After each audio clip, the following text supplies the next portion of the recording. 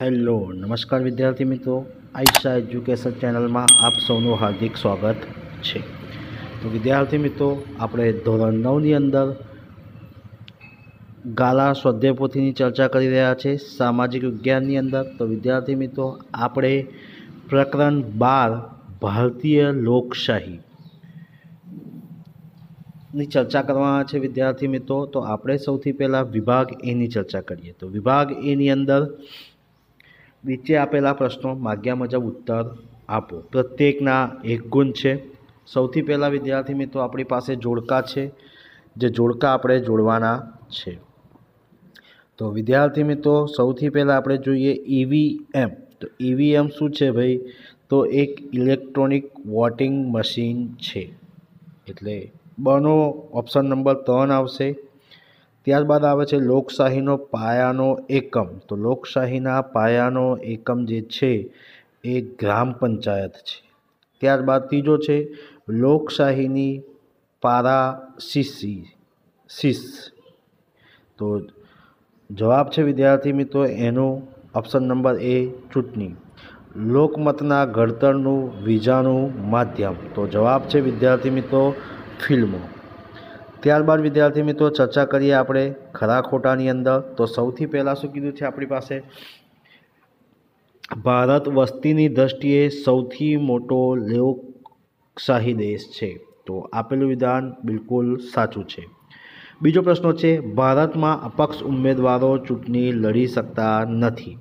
તો આપેલું વિધાન બિલકુલ ખોટું છે। ત્રીજો પ્રશ્ન છે ટેલિવિઝન એ લોકમતના ઘડતરનું એક મુદ્રિત માધ્યમ છે। તો આપેલું વિધાન ખોટું છે। ચોથો પ્રશ્ન છે યુએસએમાં સંસદીય લોકશાહી છે। તો આપેલું વિધાન બિલકુલ ખોટું છે। ત્યારબાદ આવે છે પાંચમો પ્રશ્ન, ભારતનું ચૂંટણી પંચ સ્વતંત્રતા અને સ્વાયત્ત સંસ્થા છે। તો આપેલું વિધાન બિલકુલ સાચું છે। છઠ્ઠો પ્રશ્ન છે આપના દેશમાં પ્રતિનિધિક લોકશાહી છે। તો આપેલું વિધાન બિલકુલ સાચું છે। સાતમો પ્રશ્ન છે જ્યાં નિરક્ષરતાનું પ્રમાણ વધુ હોય ત્યાં વીજાણુ માધ્યમ વધુ અસરકારક છે। આપેલું વિધાન બિલકુલ સાચું છે। આઠમો પ્રશ્ન છે રેડિયો એ લોકમતનું ઘડતરનું એક મુદ્રિત માધ્યમ છે। તો આપેલું વિધાન બિલકુલ ખોટું છે। ત્યારબાદ વિદ્યાર્થી મિત્રો, આપણી પાસે આવે છે પ્રશ્નો 3। નીચેના પ્રશ્નો 1-2 શબ્દોમાં જવાબ લખો, એટલે કે ઉત્તર લખો। પહેલો જ પ્રશ્ન હશે આપણી પાસે વિદ્યાર્થી મિત્રો, વસ્તીની દ્રષ્ટિએ વિશ્વમાં સૌથી મોટો લોકશાહી કયા દેશમાં છે? તો જવાબ છે વિદ્યાર્થી મિત્રો ભારત। બીજો પ્રશ્ન છે દૈનિક સમાચાર પત્ર એ લોકમતના ઘડતરનું કેવું માધ્યમ કહેવાય છે? તો મુદ્રિત માધ્યમ કહેવાય છે। ત્રીજો પ્રશ્ન છે રેડિયો, ટેલિવિઝન, સિનેમા લોકમતના ઘડતરના કેવા માધ્યમો કહેવાય છે? તો જવાબ છે વિદ્યાર્થી મિત્રો વીજાણુ માધ્યમ કહેવાય છે। ચોથો પ્રશ્ન છે નિરક્ષરતાનું પ્રમાણ વધુ હોય ત્યાં લોકમતના ઘડતર માટે કયું માધ્યમ વધુ અસરકારક નીવડે છે? તો જવાબ છે વિદ્યાર્થી મિત્રો વીજાણુ માધ્યમ। પાંચમો પ્રશ્ન છે આજે લોકમત કેળવવા માટે કયા માધ્યમોનો બહોળો પ્રમાણમાં ઉપયોગ થાય છે? તો જવાબ છે વિદ્યાર્થી મિત્રો વીજાણુ માધ્યમનો બહોળો પ્રમાણમાં ઉપયોગ થાય છે। છઠ્ઠો પ્રશ્ન છે રેડિયોની સરખામણીમાં કયું વીજાણુ માધ્યમ લોકભોગ્ય બન્યું છે? તો ટેલિવિઝન માધ્યમ। સાતમો પ્રશ્ન છે કયા દેશમાં પ્રમુખીય લોકશાહી શાસન વ્યવસ્થા છે? તો જવાબ છે યુએસએમાં। આઠમો પ્રશ્ન છે આપણા દેશમાં કયા પ્રકારની લોકશાહી શાસન વ્યવસ્થા છે? તો જવાબ છે વિદ્યાર્થી મિત્રો સંસદીય લોકશાહી શાસન વ્યવસ્થા છે। ત્યારબાદ વિદ્યાર્થી મિત્રો, આપણી પાસે આવે છે ક્વેશ્ચન નંબર 4। નીચેના દરેક વિધાન ખાલી જગ્યા માટે આપેલા વિકલ્પોમાંથી સાચો વિકલ્પ શોધીને ખાલી જગ્યા પૂરો। સૌથી પહેલા પ્રશ્નો છે, વિશ્વના બધા લોકશાહી દેશ કરતાં વધારે ખાલી જગ્યા ભારતમાં છે.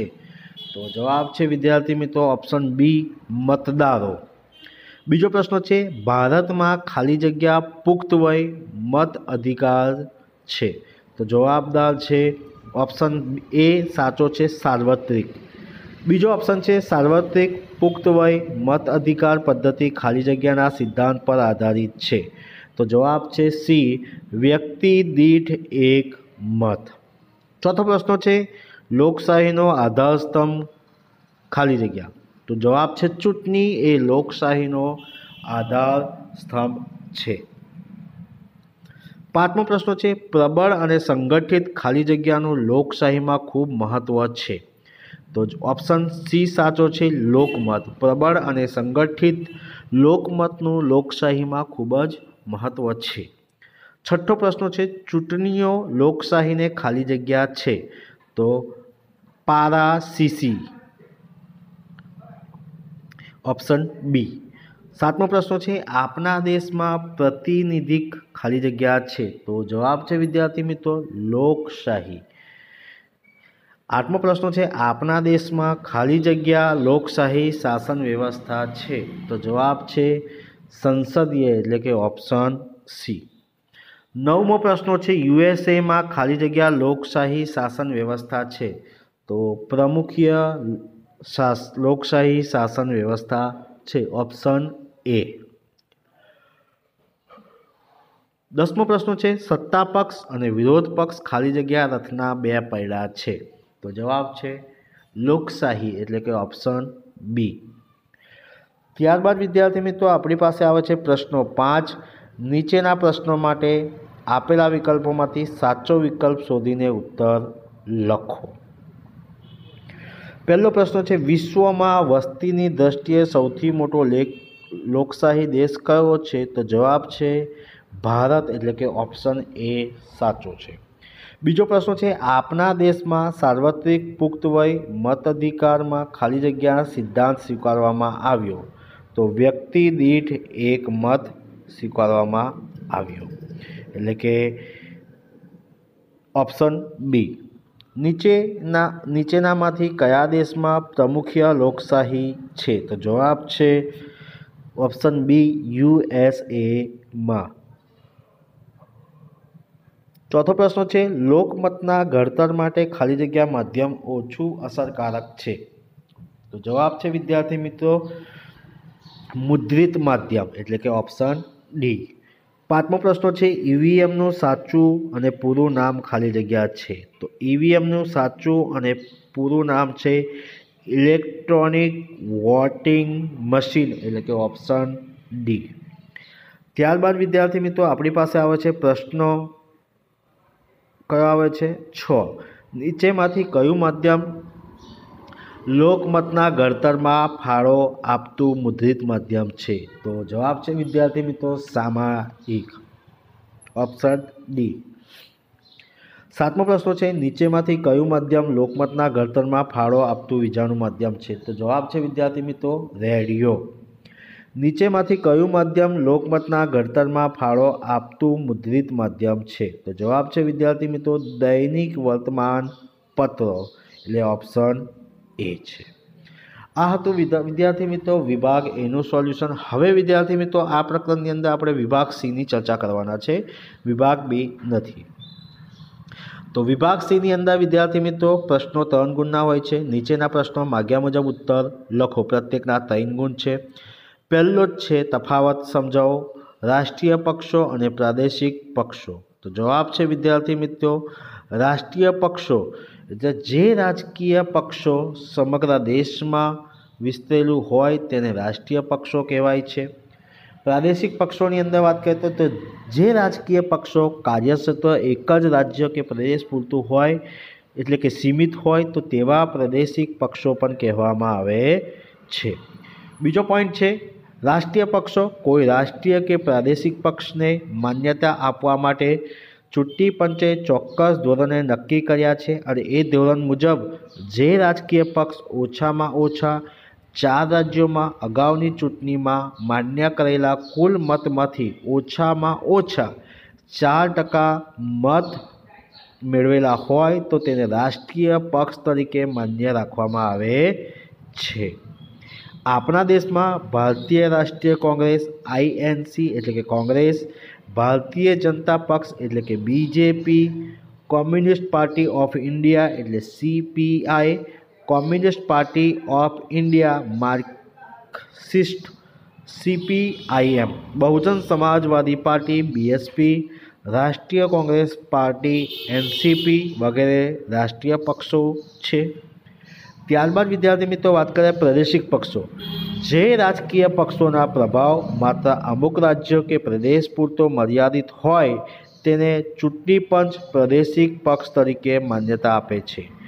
આપણા દેશમાં તમિલનાડુ દ્રવિડ મોનેત્ર કાઝગમ એટલે કે ડીએમકે, ઓલ ઇન્ડિયા અન્ન દ્રવિડ મુનેત્રા કાઝગમ એટલે કે એઆઈએડીએમકે, આંધ્રપ્રદેશનો તેલુગુ દેશમાં, પંજાબનો અકાલી દળ, બિહારનો રાષ્ટ્રીય જનતા દળ આરજેડી,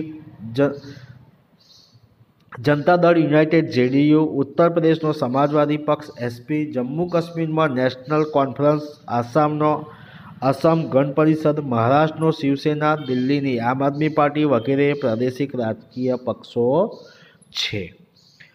ત્યારબાદ વિદ્યાર્થી મિત્રો આપણી પાસે આવે છે બીજો તફાવત છે સંસદીય લોકશાહી અને પ્રમુખીય લોકશાહી. તો જવાબ છે વિદ્યાર્થી મિત્રો સંસદીય લોકશાહી લોકસભામાં સ્પષ્ટ બહુમતી ધરાવતા નેતાઓને રાષ્ટ્રપ્રમુખ વડાપ્રધાન તરીકે નિમે છે. બીજો પોઈન્ટ છે પહેલો પોઈન્ટ છે પ્રમુખીય લોકશાહી, રાષ્ટ્રના વડાપ્રમુખ પ્રજા સીધી રીતે ચૂંટે છે. બીજો પોઈન્ટ છે સંસદીય લોકશાહીમાં સમગ્ર પ્રધાનમંડળ સંસદ લોકસભાનો હોય છે. તો પ્રમુખીય લોકશાહી પ્રધાનમંડળ સેનેટને જવાબદાર હોતું નથી, પ્રધાનો વ્યક્તિગત રીતે પ્રમુખને જવાબદાર હોય છે. ત્રીજો પ્રશ્ન છે પ્રધાનમંડળ સંસદની બહુમતીનો વિશ્વાસ ધરાવે ત્યારે સુધી જ સત્તા પર રહી શકે છે. ત્રીજો પ્રશ્ન છે પ્રધાનમંડળના પ્રમુખનું પ્રમુખ ઈચ્છા હોય ત્યારે સુધી જ હોદ્દા પર રહી શકે છે. સંસદીય લોકશાહી એટલે કે ચોથો પોઈન્ટ છે રાષ્ટ્રીય પ્રમુખ દેશના બંધારણીય વડા છે, જ્યારે વહીવટી વડા વડાપ્રધાન અને તેમના પ્રધાનો છે. પ્રમુખીય લોકશાહીની અંદર પ્રમુખ દેશના વહીવટી વડા તેમજ બંધારણીય વડા છે. ત્યારબાદ વિદ્યાર્થી મિત્રો આપણે વિભાગ ડીની ચર્ચા કરવાના છે, જે પ્રશ્નોના 4 ગુણ હોય છે વિદ્યાર્થી મિત્રો. તો પ્રશ્નો છે આપણી પાસે ગુપ્ત મતદાન. કયો મતદાન વિદ્યાર્થી મિત્રો? ગુપ્ત મતદાન. તો ગુપ્ત મતદાન એટલે શું સમજાવો. તો જવાબ છે મતદાર કોને મત આપ્યો કે કોઈ પણને ખબર પડે નહીં એ રીતે કરાતા મતદાનને આપણે ગુપ્ત મતદાન કહે છે. આપણા દેશમાં સમગ્ર ચૂંટણી પ્રક્રિયા ગુપ્ત મતદાન પદ્ધતિ અપનાવવામાં આવી છે. મતદારને પોતાના મત ગુપ્ત રાખવાનો અધિકાર મળેલો છે. મતદારે કોને મત આપ્યો તેને પૂછી શકાતું નથી. મતદારનો મત ગુપ્ત રહે એવી સુંદર વ્યવસ્થા ચૂંટણી પંચે ગોઠવેલી છે. મતદાન કરવા માટે 2 રીત અમલમાં છે. પહેલું છે મતપત્રકો દ્વારા મતદાન અને વીજાણુ મશીન ઈવીએમ દ્વારા મતદાન. મતપત્રકો દ્વારા મતદાનની ગણતરી કરવામાં સમય જાય છે અને મતપત્રકોની ગણતરી કરીને ચૂંટણીના પરિણામ જાહેર કરવામાં આવે છે. થર્ડ પોઈન્ટ છે હાલના સમયમાં ચૂંટણીઓ મતદાન કરવા માટે વીજાણુ મશીનનો ઉપયોગ કરવામાં આવે છે. આ મશીનોને ઇલેક્ટ્રોનિક વોટિંગ મશીન કહે છે એટલે કે ઈવીએમ કહે છે. આ રીતિમાં ગણતરી ખૂબ ઝડપથી થાય છે. તેમાં માનવ કલાકો અને માનવ શ્રમનો બચાવ થાય છે. વળી આ રીતેમાં કાગળનો બચાવ થાય છે, તેથી પર્યાવરણને એટલું નુકસાન થતું અટકાવી શકાય છે. આ રીતમાં મતદાર કોઈપણ ઉમેદવાર મત આપવા ઈચ્છતા ના હોય તો તે મશીનમાં નાટો નોન ઓફ ધ એબવનો ઉપયોગ પણ કરી શકે છે. તો વિદ્યાર્થી મિત્રો આ હતું પ્રકરણ 12 ભારતીય લોકશાહીના સ્વાધ્યાય પોથીની આપણે ચર્ચા કરી વિદ્યાર્થી મિત્રો. તો વિદ્યાર્થી મિત્રો, હું આશા રાખું છું કે આ વિડીયો તમને ખૂબ જ મદદરૂપ થયું હશે. તો વિદ્યાર્થી મિત્રો, જો આ ચેનલને તમે સબસ્ક્રાઈબ ના કરી હોય તો સબસ્ક્રાઈબ કરવાનું ભૂલતા નહીં અને આ વિડીયો તમારા મિત્રોને જરૂરથી શેર કરશો. તો વિદ્યાર્થી મિત્રો, ચેનલને સબસ્ક્રાઈબ જરૂરથી કરજો. જય હિન્દ, જય ભારત.